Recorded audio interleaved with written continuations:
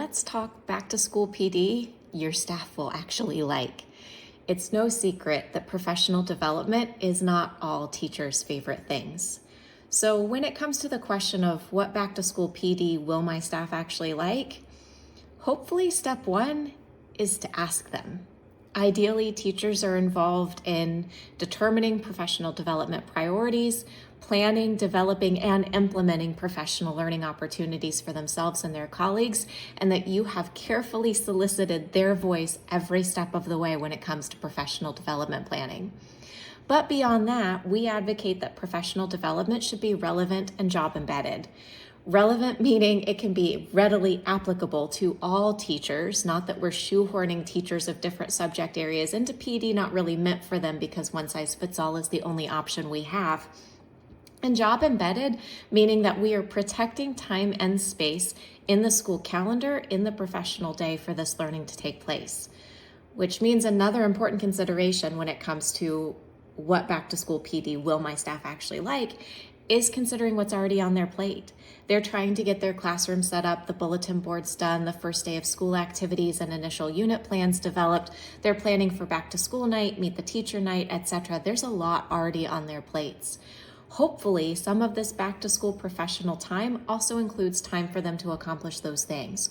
Or we'll have staff occupying chairs in professional development, but their minds will be elsewhere because they have so much they're responsible for in those initial days.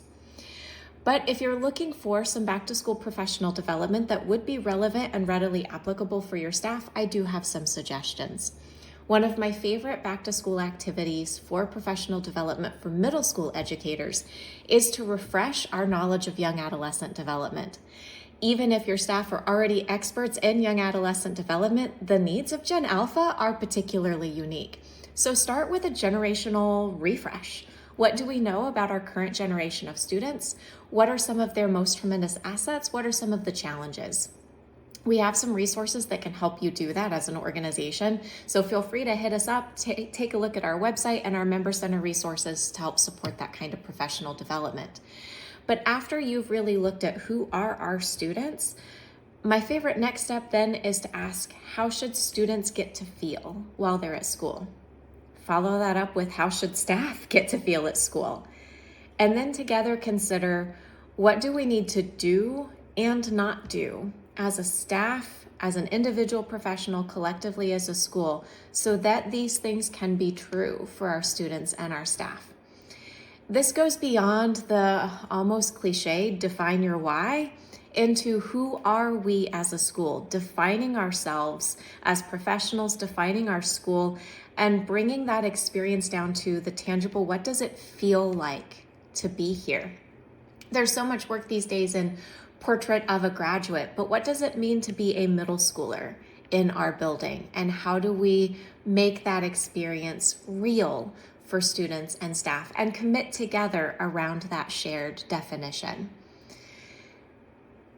One important consideration with professional development, whether back to school or beyond, is to honor teachers' zone of proximal development.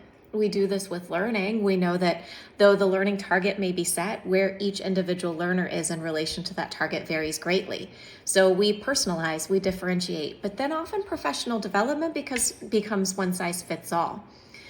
When we consider what professional development topics and formats to use with our staff, it is important to remember that every staff member will have a slightly different entry point to any topic we are covering in professional development. So in addition to bringing in speakers or reading books or adopting different practices, learning the acronyms, etc., we also should consider where every staff member is in relation to that topic and ensure every staff member has a next step that they can fully engage in within their own zone of proximal development, whether they are a newbie to that topic or whether they are so already efficient with that topic that they could be teaching it. And hopefully you have engaged them then in the development and implementation of that professional development. Every staff member deserves to continue to grow professionally, whether they are the novice or they are the expert. So hopefully all of our professional development opportunities remain relevant for every staff member, regardless of subject area, grade level, existing expertise in those topics, that we're meeting all of their needs with relevant job-embedded professional development.